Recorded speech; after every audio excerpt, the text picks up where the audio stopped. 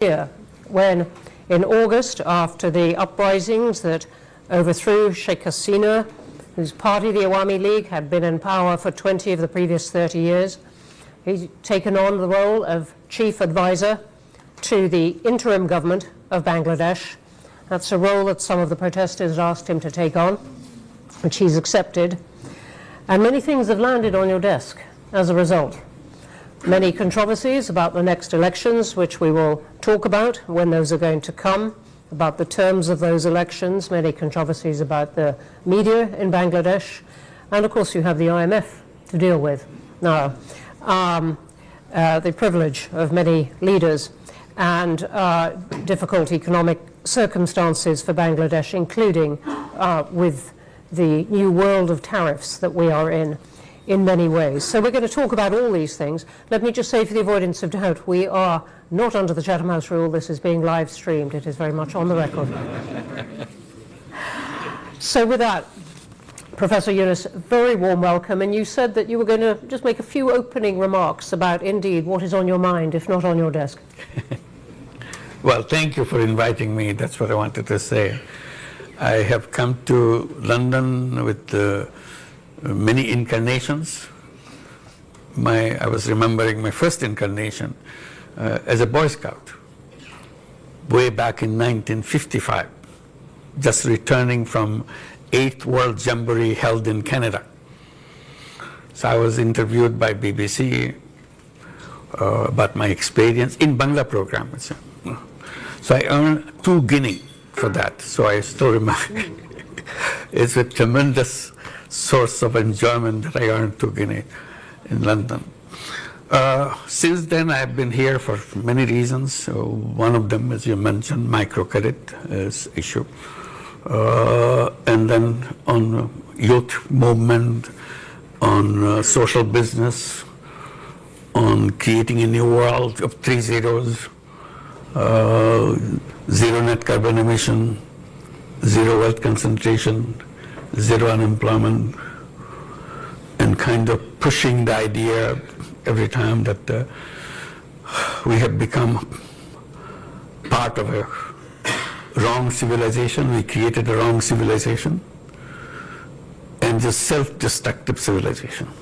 We have no scapegoat in this civilization.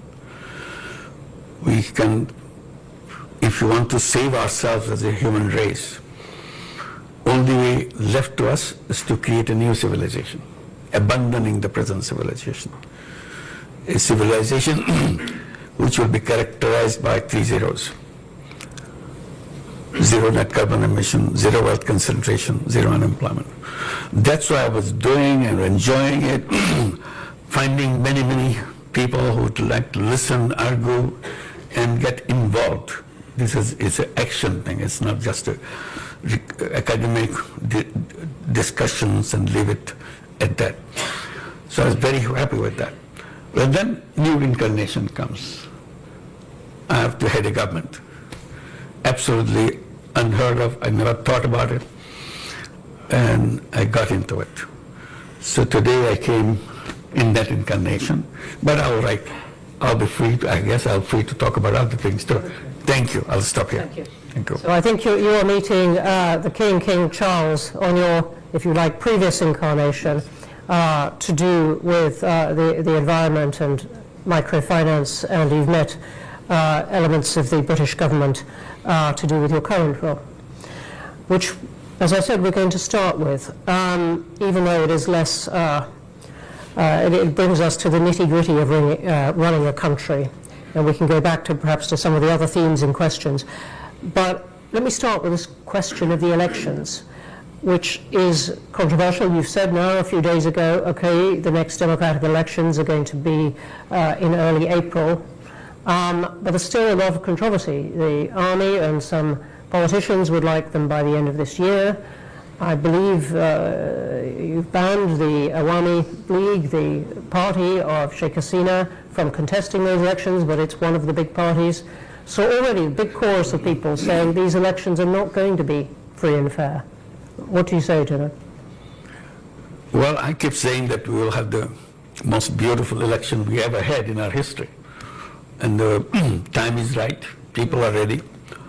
when you have an election after many, many years, after 17 years, you are having first time a real election, excitement in the country that we will really go and cast our vote.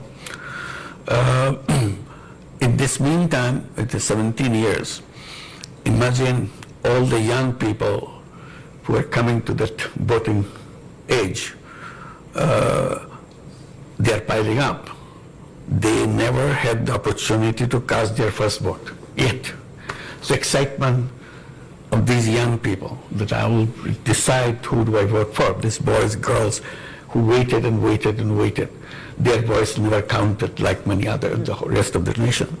So that excitement we want to use and create what we call a new Bangladesh. It's not just voting for routine, voting for electing a new government.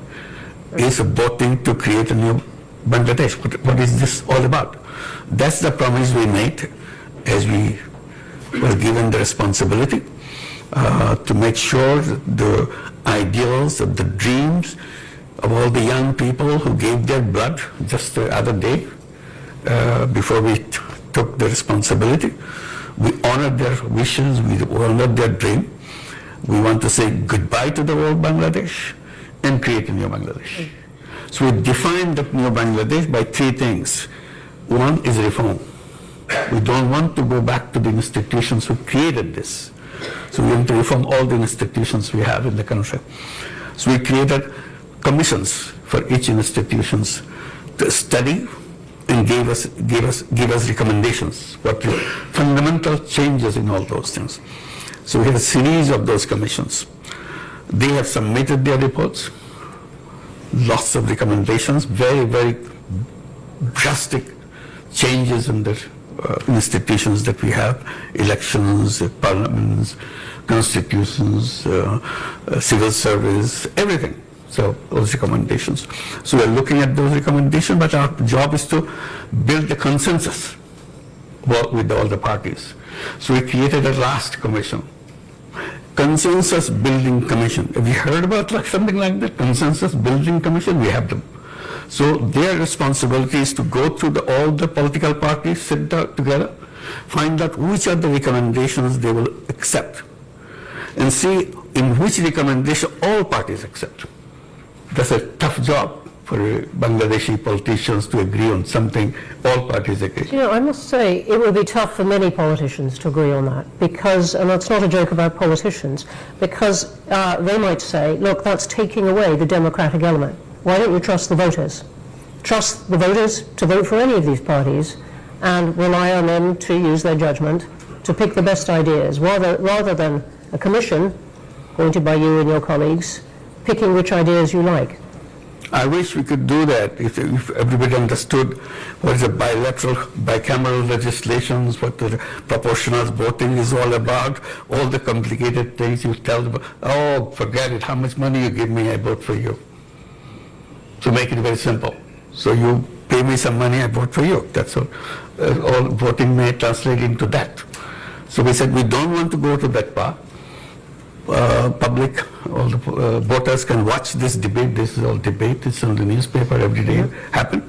So ultimate aim, to make it short, ultimate aim is to get all those recommendations where all the parties agree, put it in a separate piece of paper. This is where all the parties agree, and then we celebrate all the parties signed that agreement. That we call it July Charter, and we are waiting for July to come next month. This charter will be presented to the nation, July Charter, and we celebrate. On this basis, now we'll have the election. That's how the election procedure was done. So one is the reform agenda. Next is the trial of the people who are perpetrators of all the things that happen in Bangladesh. I don't have to elaborate. It's a huge thing. It's a terrible thing that happened to Bangladesh. People are killed point blank on the street every day. Your son, your daughter went out, never came back, just shot. Two friends went out in the street saying goodbye to each other. We may not come back. Maybe one of us will come back, another will not come back. We say goodbye to each other. Went out of the street. Either none of them came back or one of them came back, and that's the period we passed through. This is coming as almost a year now. So we'll be celebrating those days of July and August and have this charter. And one is reform, another is a trial of all the perpetrators of this. People disappeared every day, and nobody knew where they disappeared, where did they end up their life. And horrible stories after stories. These are all documented now. So we have to find out why it happened, who did it, either whose orders. So we have to try them. So this is another agenda for us. Number 3 is the election. So this we are talking about the election. So these 3 is our responsibility. So I'll come on to the trials of people involved in a moment, but I just want to stay for just one moment on this question of the Charter, because critics of what you're doing would say, look, you're ruling out lots of political parties, anyone who doesn't agree with this Charter, for example, the Awami League. So you're not really giving people a choice, that this is not a democratic process. This is a very nice, wrapped up in lots of words about consensus. This is an authoritarian step for Bangladesh to take. Yeah.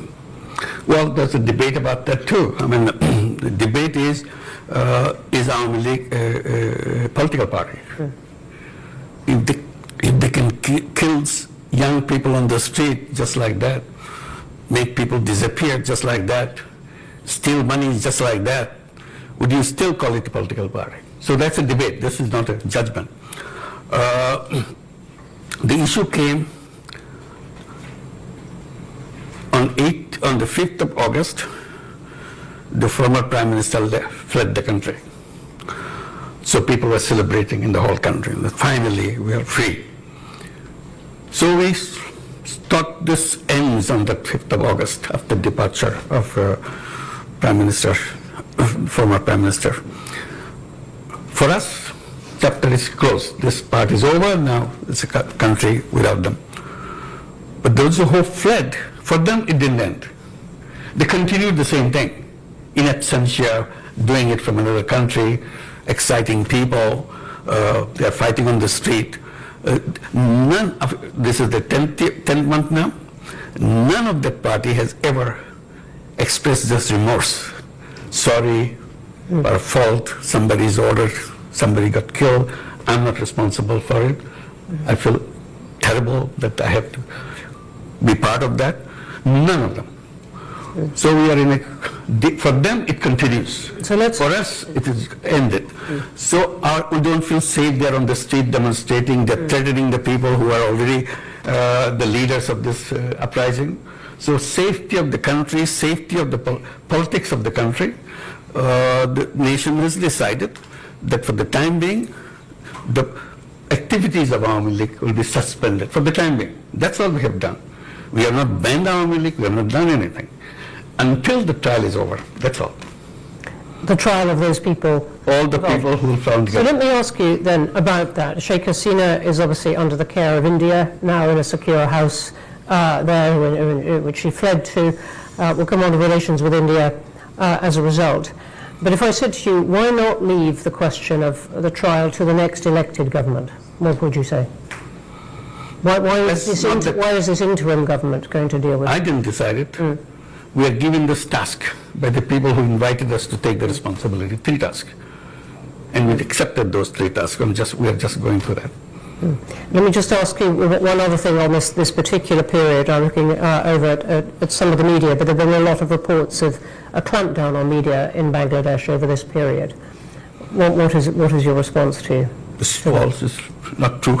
Not true. They never had so much freedom in their life. They can say anything they want. Yeah, we may hear some of that later. I know. Yeah. Let me come on to other questions about the economy, which is the role of anyone who takes on a job as you have done, and suddenly dealing with the economy of your country at a particularly difficult time. What has been the impact of the upheaval in tariffs that the world is going through? Well, this is a very tough job for us. While the world is going through all these problems, we are going through another set of problems. We are at the 0 level of our economy, or a negative level of our economy. not only zero. Zero is still, you have positive thing that you can move. We have huge bills to pay because all the mega projects previous government took, so that they can make lots of money out of that, cut from those things. Now they are maturing to be paid. We don't have any money. All the resources from the banks, from the other sources, non-banking sources. In total, we estimate, given it to our white paper, $234 billion taken away from the country, and documented in which way and so on and so forth. So that's where we are. Resources gone. We start from obligations to payment. It's a negative. Our foreign exchange reserve at the bottom because it's empty. Banking system collapsed completely because banking system is very easy to transfer the money, very simple procedure. Under threat, the whole board resigns. You put a new board of your choice and start issuing loans to your friends with the understanding this is a gift you get. You never have to pay back. There's no collateral, nothing. So this is the banking system we inherited. So we have to restore the banking system in some way. We have to make payments for all those people who are knocking at the door with the big checks, big bills that we have to pay. Otherwise we're going to the court, which is not good for us. So we have to, and in that crisis moment, the best thing that happened to us, the overseas Bangladeshis, many of them are here, in London, in England, and so on, and Middle East. They kept sending remittances, huge amount of remittances, and that saved us. The economy was saved with them, and that remittances keep growing, keep growing, keep growing. Today, our balance of payment situation is completely changed. As you said, and that has been a real transformation. The IMF, though, is having a lot of meetings with Bangladesh, and it is quite clear on this, it doesn't want Bangladesh to wait for the next government, it wants the interim government to deal with these sort of things. Right now, one of the things it wants is that you find a way to increase the rate at which people pay tax, that more people pay tax, that you can collect it better. Is that something you think is within the powers of an interim government? The first thing I must mention in this, amazing response we get from all the governments of the world. Enormous support. They feel so relieved that finally this thing happened. Now we can have a government we can talk to and we can work with. And they said, any support you need, please tell us. We'll be very eager to do that. So that gave us a moral boost, that we are not abandoned. Government of United Kingdom, Great Britain is one of those countries. We are very grateful to them. Like European Union, United States, Japan, China, you name it. Every single government came with enormous amount of support. And that gave us a moral boost that yes, we are not abandoned, we are not alone, they will be helpful. And they were really helpful. You mentioned IMF. Yes, IMF also helpful. World Bank is helpful. All the international agencies. Not everyone uses those adjectives, so I'm telling you, it's a very concrete thing. Yes. The one that IMF came into the picture because the last debate that we had for the final release of the fund, the IMF was controlling and they agreed to give us, that you have to open your foreign exchange rate. It should be left to the market. We are worried about it because so far we are controlling it so that we don't kind of expose ourselves in the drain of all the foreign exchange gone because of the system.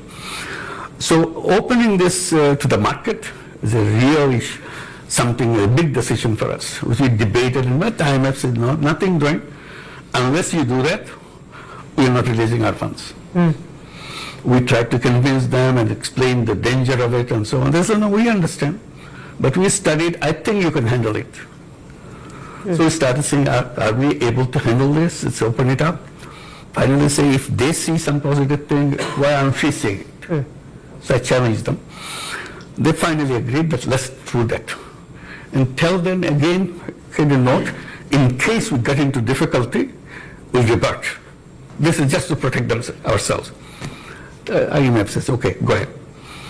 We opened it, nothing happened. Same exchange rate is just a little bit, it's normal, it's working. So we are celebrating that finally we see the strength in the economy and so on. So IMF role is very positive. It's not a negative one. It's not trying to push us into trouble because of some principle they're holding on to. It's not like that. We were not willing to jump into the water. They said, come on, you do it. You can make it. And finally we made it. That's it. So we are thankful to IMF. Okay. Let me ask you about relations with India and China, which seem to me to be somewhat in flux. Sheikh Hasina's government was very close in a way to India. Now she's there. Relations with India perhaps a bit less a bit cooler between your team and Delhi now. Perhaps a little bit warmer on China now. What is your account of this and what you are trying to do in foreign policy now? We are reaching out to everybody. As I said, all the governments of the world have been extremely supportive.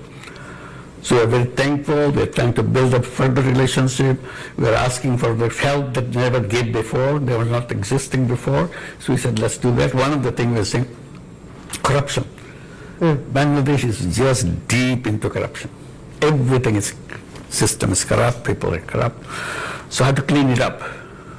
What kind of changes we have to make the government clean with enormous corruption? So we say there is a formula, there is a policy, there is a way to do that. So I mentioned something, that the conversation I had in September at the United Nations General Assembly. I was meeting all the world leaders to explain to them what's the situation in Bangladesh. So I was meeting Ursula von der Leyen at the European Union. So among many issues discussed, I said finally about the corruption. I don't know how to get out of this. Is there any way, is there any recommendations you make that we can follow? So she gave a big smile. She said, you know what? We are coming from worse than that. The European Union is coming from the worst of the corruption that we are facing. So yes, many of our countries were trying to join European Union. We're just all over corrupt, everything. You never heard of those kind of corruptions in your life. They had it. So we have to install a system of cleansing them up, cleaning it up, washing them off, so that they can be clean as everybody else and join. Once they're clean, then we take. So we learned everything how to make it happen. So how? Because some of the pressure was put on those countries, and not with perfect effect, but it was put on those countries because they so much wanted to join the European Union. Right. So what is the pressure on Bangladesh politics and society to clean up? It is a historical moment for us. If we can't do it now, we'll never do it. So we made us sure that this is the time. The history has given us a window. We can do things which no government can do. Because all governments are partisan, have far supporters to take. We have nothing to do with that. We have nobody that will be waiting for getting his vote for me to come back again. We are going. That's very clear. So we have the moral strength. As the interim government? Absolutely. Yeah. Interim government is a historical opportunity. It's an amazing opportunity. How in the short year, the 9-10 months that you've got, how are you going to, and I'm interested, Chatham House has done a lot of work on corruption, our most recent big project in Nigeria, but it's a problem that many countries have. I'm just interested in what you are trying to do. Just one example. Yep. You need a passport. You have to go to the passport office, apply, and somebody will show up. You apply for a passport. If you go this way, it will take years. You'll never get it. You make a deal with me, give me X amount of money. I'll deliver it to your home. The guy is a representative of the officer who issues the passport. So everything that you see outside, all the norms, rules, procedures, now implemented not by the government officials, by their representatives who split the money that they earn. So what we said, from now on, we'll deliver passport online. And people were very happy that, okay, you can issue passport online. They go there to get this or try it at home. It doesn't work. What happened? Servers down. Somebody's manipulating. Very interesting. I mean, several countries are finding a way to use technology to Exactly. cut out the Technology person came behind the out desk. Very helpful. Yeah. So what we did, we started this, started creating some kiosks. Government Service Center. We don't say government, Bangladesh Service Center. Young guy with a computer sitting there, boy, girl, been trained to give all the services. This is all, we made all these months, we are preparing all the ministries, every service you got, whether you're paying taxes, or you're issuing driver's license, or you're issuing your renewal of your passport, whatever, or your land tax, which is absolutely complicated. They can make as complicated as they could. So now everything has to be delivered online. So we trained these young people, just started last month, this kiosk.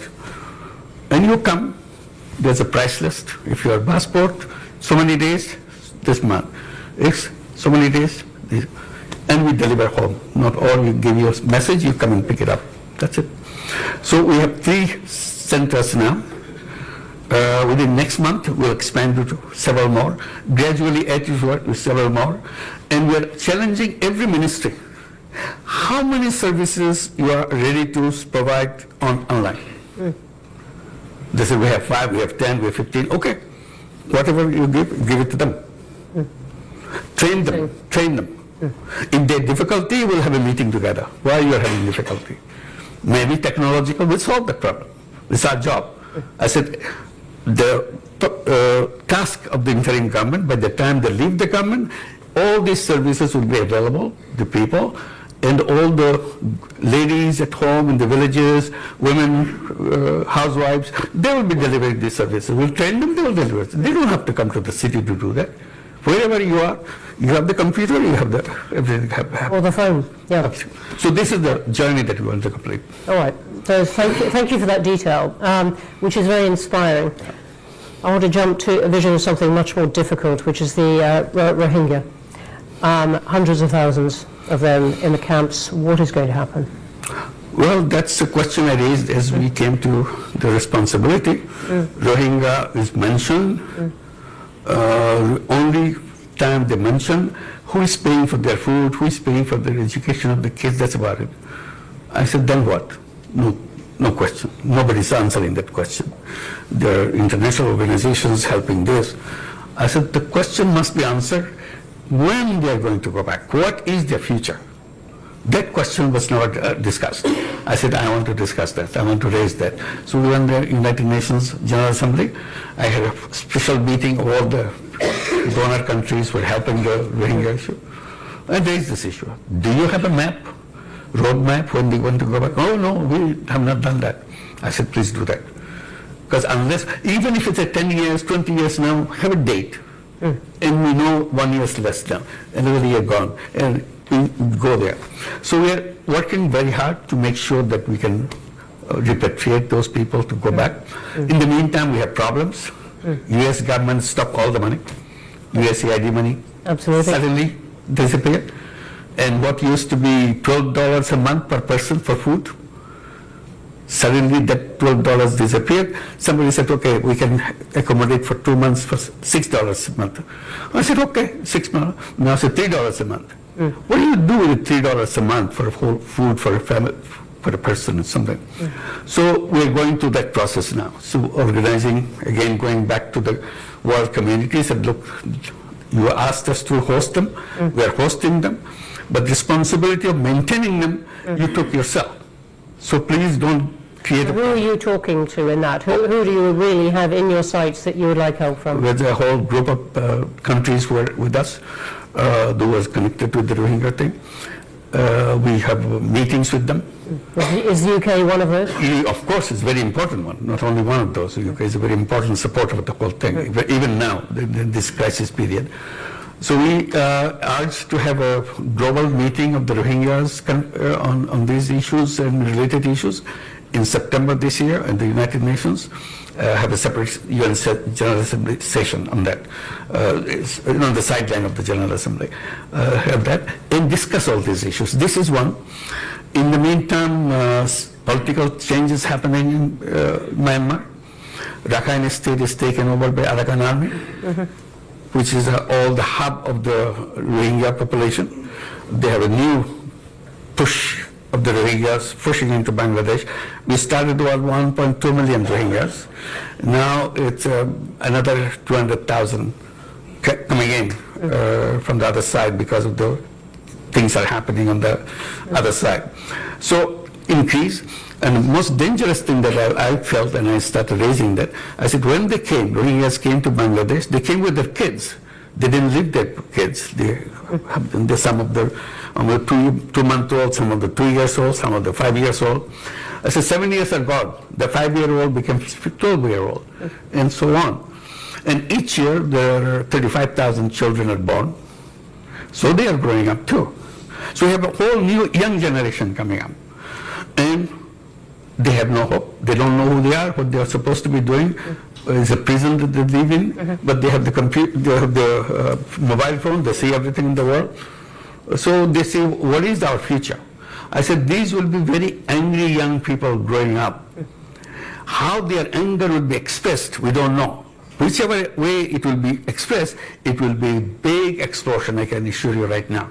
Please help us, so that before that explosion point comes, we can take care of them, they're happy with their life, they're as creative, as talented, any of our kids. They're no different. But they're in a situation, they see the world outside on their mobile, we see the televisions everywhere, but they don't see their life, they're in a prison. And why they are in prison? They have stories to listen to their mother, their father, no answer, why do we come back home? And that's a very important question to be answered for them. And your plan is still that eventually they go back home? That's the only way it can be solved. You're not going to integrate them into Bangladesh? It's impossible to do that. It's impossible. Why? So already the people who live around the camps, very hostile. Very simple reason. You get everything free. And we are struggling to make a life. And then you take our jobs, you take our food, you take away things from us. Why didn't you go back to your country? Why are you interfering with our life? Those kind of things. Your children having a fun life, our children, no life. To them it's a fun life because you're sitting there not playing games. It's a fun life. Our children is working hard, but no life. So that will spread. The moment you say that, you promise that they will go back. The government promised that they will go back, and they know that. Now, to say that they will stay with us, who are they? We are having difficulty now. You are putting them into us. No political government, no government will accept that.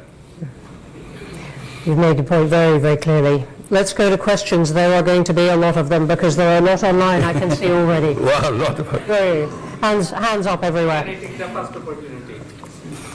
Who is speaking? Me.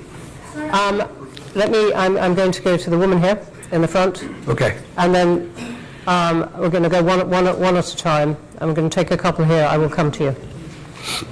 And I will get the people in the back as well. Thank you for the opportunity to question you. My name is Sami Akhtar and I'm a UK correspondent for the Daily Sangram Pratidin.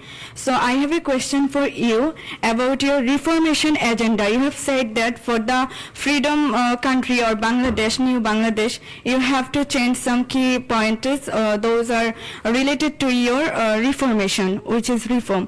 So now my question is to you that when you arrived at Dhaka airport on 8th of August 2024, you said that your main challenges is to bring all the people together. So whenever we see that the Bangladesh first President Bangabandhu Sheikh Mujibur Rahman's, his house was demolished by over the 6 hours by Dhaka City Corporation bulldozer. So there we have seen that the administration was silent. So on this basis, you have you have made division by separating particular persons or their supporters. So on this basis, we can say that how you plan for reform Bangladesh or make unity, accept them, and are you an only advisor for the other half, excluding them particular parties or the persons? Okay. Thank you. Thank you very much indeed. That's a lot of yeah, simple answer is lots of questions, lots of issues, all came at the same time. We can handle everything right away. So it's a kind of a period that we have gone through. Things have calmed down, come to order. Now we are dealing with it. Bringing order to the nation was a big task for us because the police force that we got, yesterday they are shooting at the kids. And today suddenly they said, okay, clear the road, get out. Who are you? They want to beat you up because you killed my brother, you killed my son, you killed my sister. And now you're telling me to do what to do. So they're afraid to go to the road. So we had a deadlock situation. We didn't know how to handle those kind of things. So it took time. And luckily, I can report you, that has come down now. People are accepting the police, all the people that we identified as the perpetrator of all the terrible things that happened to Bangladesh, taken out of the services, and they will be under trial. This is the trial becomes such an important thing. You know the person. It's not something some police, I know the guy who did that. It's in front of me, it's in my video. I can show you my video. The whole thing happened in Bangladesh with open videos everywhere. So all recorded. It's an amazing kind of uprising where every single event is recorded as it happened. Not one camera. Everybody has a camera. Everybody's taking it. It's all been assembled, it's identified, and we are trying to clean. We are not saying that we are a government to solve all the problems. We are successes. We have now a police force which can bring law and order in the country and so on. So we are, and the unity of the political parties is a number one goal for us. We have been sitting together, all this thing we're talking about creating a July charter. It's not an easy thing for all the parties to sit together and debate, but we're doing that. And I'm promising you here, and I hope I can deliver you in July. July is next month. That charter will be announced in the presence of all parties. That's the best unity you can get in any country after a revolution within a month, within a year. Okay. Thank you very much. The front row here, the man next to you, is so packed. Thank you, Chair.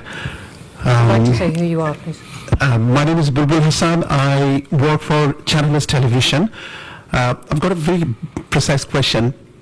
People in Bangladesh, a significant number of people in Bangladesh, apparently disillusioned with the conventional political system. So once the election is over, the democratically elected government takes over. Are you in a position, or do you have any desire to be a part of that government? No way. No way. Good one.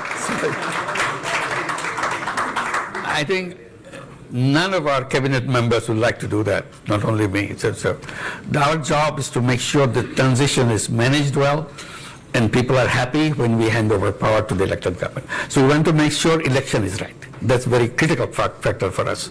If the election is wrong, this thing will never be solved again. Okay. It will be very difficult. Thank you for the question and answer. Right, Mika, last one in the front row here, and then I'm coming to the back, and over here. We've got good time. Not for everyone, but lots of time. Sorry, it was me. Sorry, no, I'm this chap here. Sorry. Hi, thank you very much for arranging this event. My name is Diwan Mehdi. I'm the Director General of British Bangladesh Chamber of Commerce and Industry. First of all, I would like to say thank you to you for taking the responsibility in a big chaos when the young generation was wanting for a big change. So you showed the courage, and we appreciate your time and patience. We had no other option. Therefore, Okay. My question is to you. We have seen a very surprising role played by India. They seem to be a democratic country, but when it comes, we talk about Bangladesh, their role is very unclear. In what capacity, if I speak very legally, they are keeping Sheikh Hasina in their country? Well, there would be a trial going on in our country, and the same question was asked in their parliament. They did not have any clear answer. And I know you are a very well-known person, like internationally. In order to create pressure on India, how you are using a lobby in terms of United Kingdom, in terms of USA and other countries, because this is very surprising in 21st century. If we see a prime minister fled from one country after killing thousands of people, after making injured thousands of students, like number of incidents we have seen. We have seen there was no internet even. Our friends were there, our family member was there, and someone needs to take the responsibility. And how, in what capacity India is keeping her? Thank you for the question. As you described, if I had the chance to show the 1 minute video of 1 minute video for the entire thing, so whatever somebody captured, you'll understand what it is, how the things happen, how terrible things, how cruel things happen. So it's not the 1 minute. It goes on month after month that happened and came to the peak of this in July, and finally 5th of August the government disappeared. So all this anger is in there, and the whole anger and everything is now transferred in India, because she, the Prime Minister, went there and started, not only she's living there, the problem is, when I had a chance to talk to Prime Minister Modi, I just simply said, you want to host her? I cannot force you to abandon that policy, but please help us in making sure she doesn't speak to Bangladeshi people the way she is doing. She announces on such and such day, such and such hour she will speak, and the whole Bangladesh get very angry. That why is she speaking? Why is she keeping this whole anger thing inside of us now? And is India doing what you asked? No. Modi's answer, I quote, he said, it's a social media, we cannot control it. What can you say? It's an explosive situation. You can't just walk away by saying it's a social media. So this is what is still going on. May I ask you, I believe in technical terms, Yeah. you've written an informal, an unsigned diplomatic note Yes. to India. Yes, we did. Asking for her extradition. Absolutely. And they've noted that it has arrived. But does that mean, in a sense, you're leaving it to the next government? This will continue. I mean, this Yeah, is, but it is- now, it is in the not meantime, the- another stage has come. Yeah. I just want to add. Now there's a case, the International Criminal Tribunal has started the trial process. They send notices to Hasina for all the crimes she has committed, part of the crimes. There's so many other crimes coming up. So they have to respond to that notice. This is a legal notice now. So we have to go to the Interpol and all the other things that happen to that. This is the process that we are following. We want it to be very legal, very proper. We don't want to make sure that we do something out of anger or something. We want to build the best of relationship with India. It's our neighbor. We don't want to have any kind of basic problem with them. But somehow things go wrong every time, because of all the fake news coming from the Indian press. And many people say it has connections with the policymakers on the top and so on. So this is what makes Bangladesh very jittery, very, very angry. We try to get over this anger, but the whole barrage of things keep happening on the cyberspace. We can't just get away from that. Even if I try to peaceful, suddenly they say something, do something, and that comes back. Okay. So this is our now big task, to make sure that we can have at least a peaceful life to go on with our life, to create the life that we are dreaming about. Okay, thank you. I'm going to take two now. You've been very energetic, right by the wall. Yep, you. And then I'm going to take the one who has been, yes, you, who is going like that. Right at the back, yep, you, pointing at your own head, yep. Thank you, Professor Yunus. My name is Nazimuddin. I'm the chairman of Dr. Ramshamati UK. I was born just 2 miles away from your birthplace. Okay. So with that disclaimer, I wanted to ask a question to you. Will you seize this opportunity, this moment, to break free from fascist structure and system, and then allow the people to vote for the reforms that you are taking and embed that reform into a constitution, and through referendum allow people to vote for it? As far as I'm aware, about 20,000 comments that I read on social media, 95% people support your reforms. We don't want to be hostage to political parties. Why don't you just go back directly to civic societies and the people and allow them to vote whether they would like to go ahead and change Bangladesh for the future and make it a real tiger for the world economy. Thank you. Thank you. Thank you. I want to be clear. Are you asking for a vote on the charter? Absolutely. What I'm asking is that July Charter, of course, will be a legally binding agreement.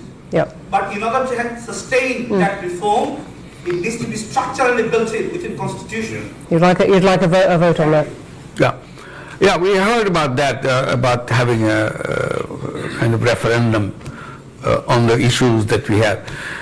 There are so many complicated issues. The argument is referendum will be meaningless because most of the people don't even understand what you're what you're voting for.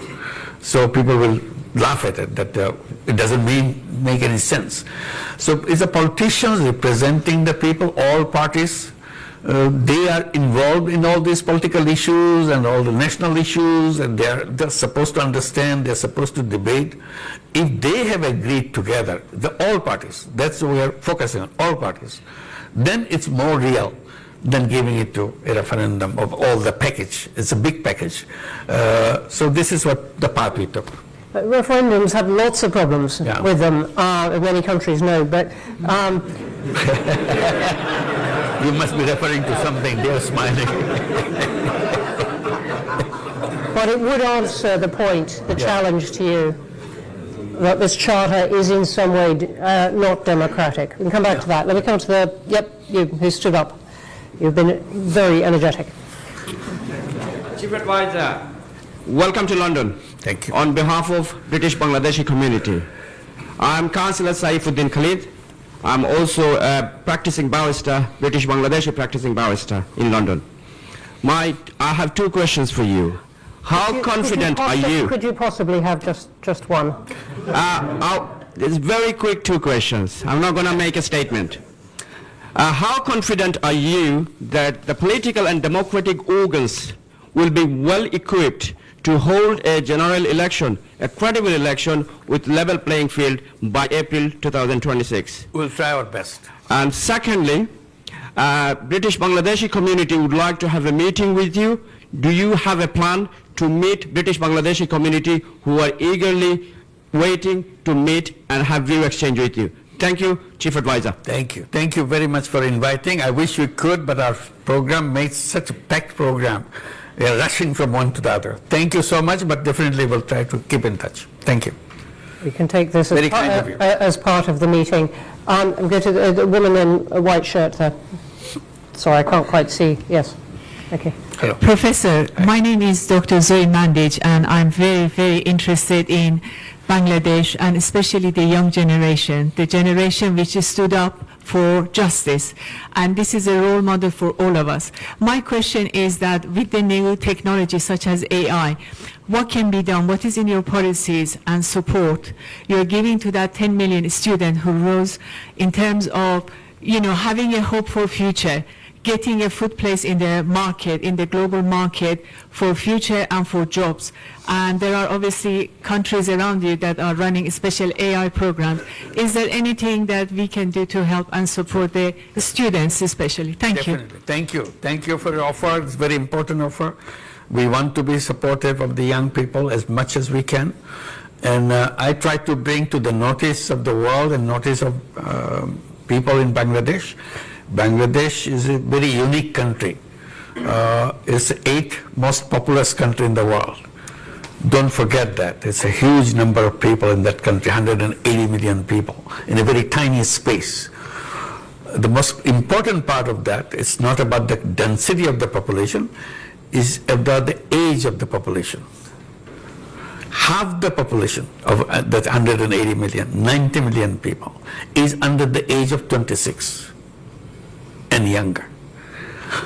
So this is a unique feature of Bangladesh, where many countries getting older and older, they don't have people to work in these countries. Bangladesh is getting younger and younger, and young population everywhere, and very talented young people, not just young people, very talented, very creative young people. I get goosebumps when I think about this. This is more than gold mine. You can do anything in the world with this young population, only if we can run our country right. Because this is needed not for Bangladesh, it's needed for the whole world. I was recently visiting Japan.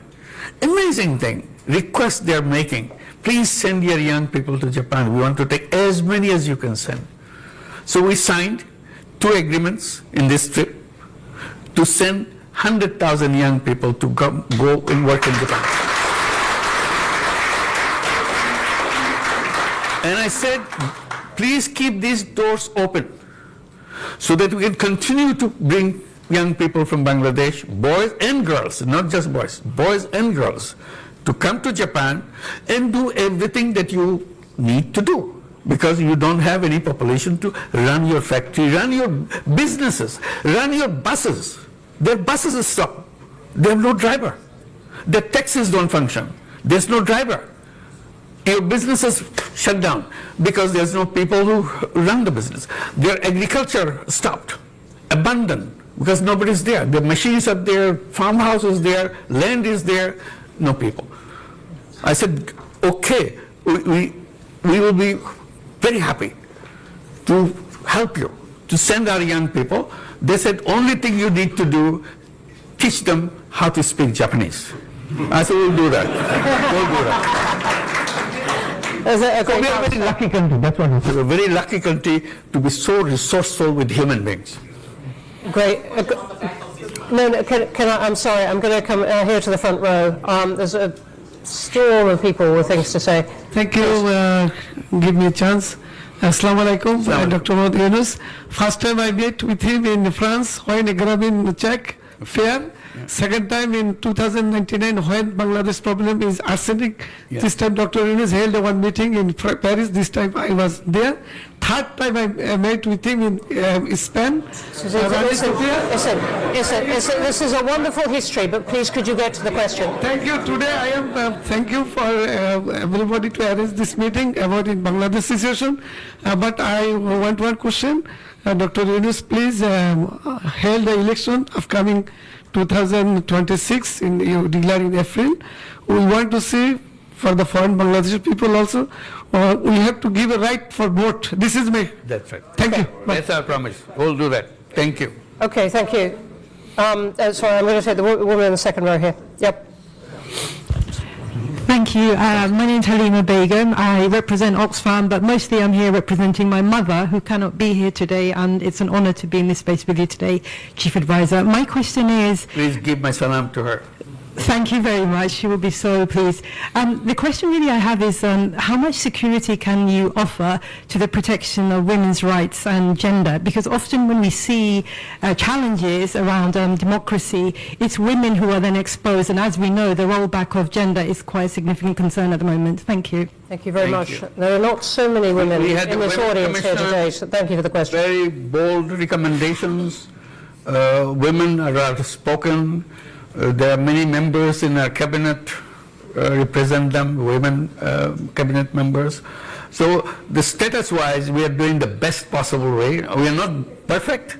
Definitely Bangladesh has lots of difficulties in getting all the rights established in an open and fair way.